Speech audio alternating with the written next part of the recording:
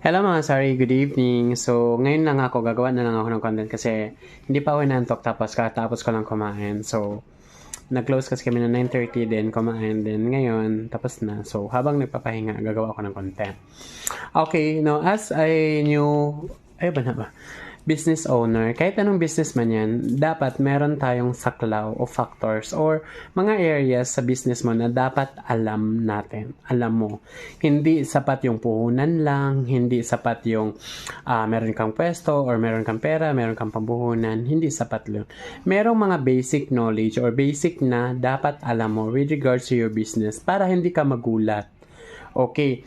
Yung factors sa financial statements, yung papel na ginagawa ng mga accountant after the month or after the year, yung FS ng isang business.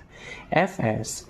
So, pag sinabi mong FS, financial statements, mag-start yan with your sales sa taas or gross revenues or yung mga factors na nagbibigay sa iyo ng pera, ng kita. Gross ha, gross. Ibig sabihin yung benta mo. Kung retailers tayo, basically sari-sari store retailers, benta, sales. Kung may pinaparentahan kang property or space sa tindahan mo, rent, income.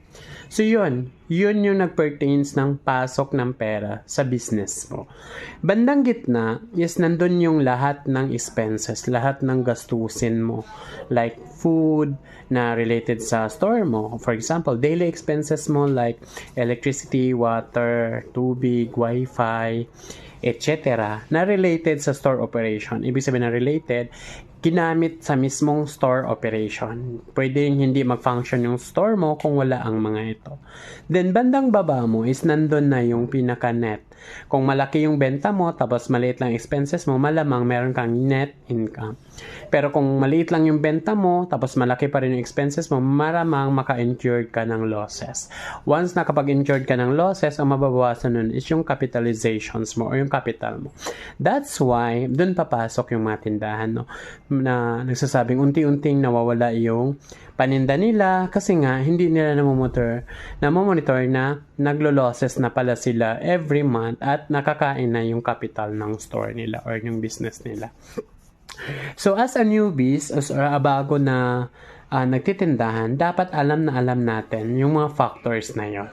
Okay, para kumita tayo sa baba, dapat maganda yung benta natin or manage or naka-less yung mga expenses natin.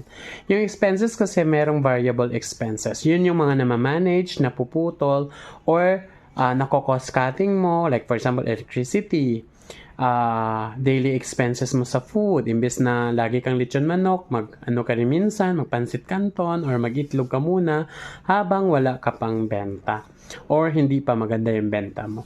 And that way, makakasurvive yung business mo na hindi masyado magsasuffer yung capital mo. Okay, so this is a general advice kasi mostly ito kasi yung dilemma ng mga bagong nagnenegosyo. That's why I'm thankful na galing ako sa Jollibee Foods, no? Kasi tinuturo talaga to or ginagawa talaga namin tong FS at binabasa namin ang FS. Binabasa, ibig sabihin yung numbers, pinapaliwanag or inaalam kung saan ba ang malaking gastos na pupunta sa iyong business. Okay, kung ikaw ay sari-sari store business, alamin mo dapat yung markup mo, kung magkano ang pinapatong ng negosyo mo sa bawat items.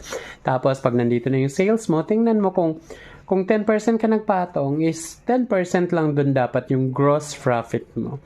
Tapos ngayon yung gross profit mo, bawasan mo na lahat ngayon ng expenses mo. Kung may sobra, may kita, pero pag wala, ay losses. Pag sinabing losses, for S-Vlog, saan mapupunta yun? No. Makikita yun sa iyong mga paninda. Unti-unti itong nababawasan or kumukulang yung paninda mo imbes na lumalago. Okay, so aralin mo yung mga factors na ganyan kasi malalaro mo yan. Sabi ni Forest Vlogs, pag malaganda ang benta, pagandahin ko yung benta ko, kahit na medyo mataas ang expenses ko, pwede ka pa rin kumita. Okay, kahit hindi maganda yung business mo, kita mo, pero na-manage mo naman yung cost mo, matipid kang tao, matipid ka sa store, matipid yung negosyo mo, tapos maganda pa yung markup mo, kahit pa paano may kita ka pa din. Pero kung wala ka nang benta, kasi ang tumal, tapos ang dami yung store sa paligid, pero wala kang benta, tapos magastos ka pa in any areas, tapos kahit hindi gastos na related sa store ay pinapakang mo sa store, pwedeng malugi yung iyong tindahan. Okay, may nagpa-advise kasi sa kanina, no, sa akin. So, hindi ko nababanggitin yung name. Pero may mga bagay akong kinwestiyon sa kanya kasi I think ang negosyo kasi is hindi suntok sa buwan. Okay, dapat alam mo yung numbers mo. Ibig sabihin, alam mo yung numbers mo is alam mo yung benta mo, alam mo yung target sales mo, alam mo yung benta mo na masasabi mong break even ka or may kita ka or patas lang. Then, alam mo yung expenses mo or budget mo sa expenses mo kung magkano lang ang expenses mo or magkano lang ang dapat na insured na expenses para kahit papano ay may kita ka pa din. Okay? So, I hope you learned something. Kung meron kayong natutunan or dagdag sa video ito, please comment nyo na lang, like and share kung meron kayong natutunan para maraming mapuntahan ang aking videos. By the way, ako nga pala si 4S Vlogs. Matagal na akong nagbablog pero hindi masyadong pina-follow. Kung meron nakita kayong follow button, please like and share and follow nyo na rin ang aking videos. Maraming salamat everyone and enjoy and God bless.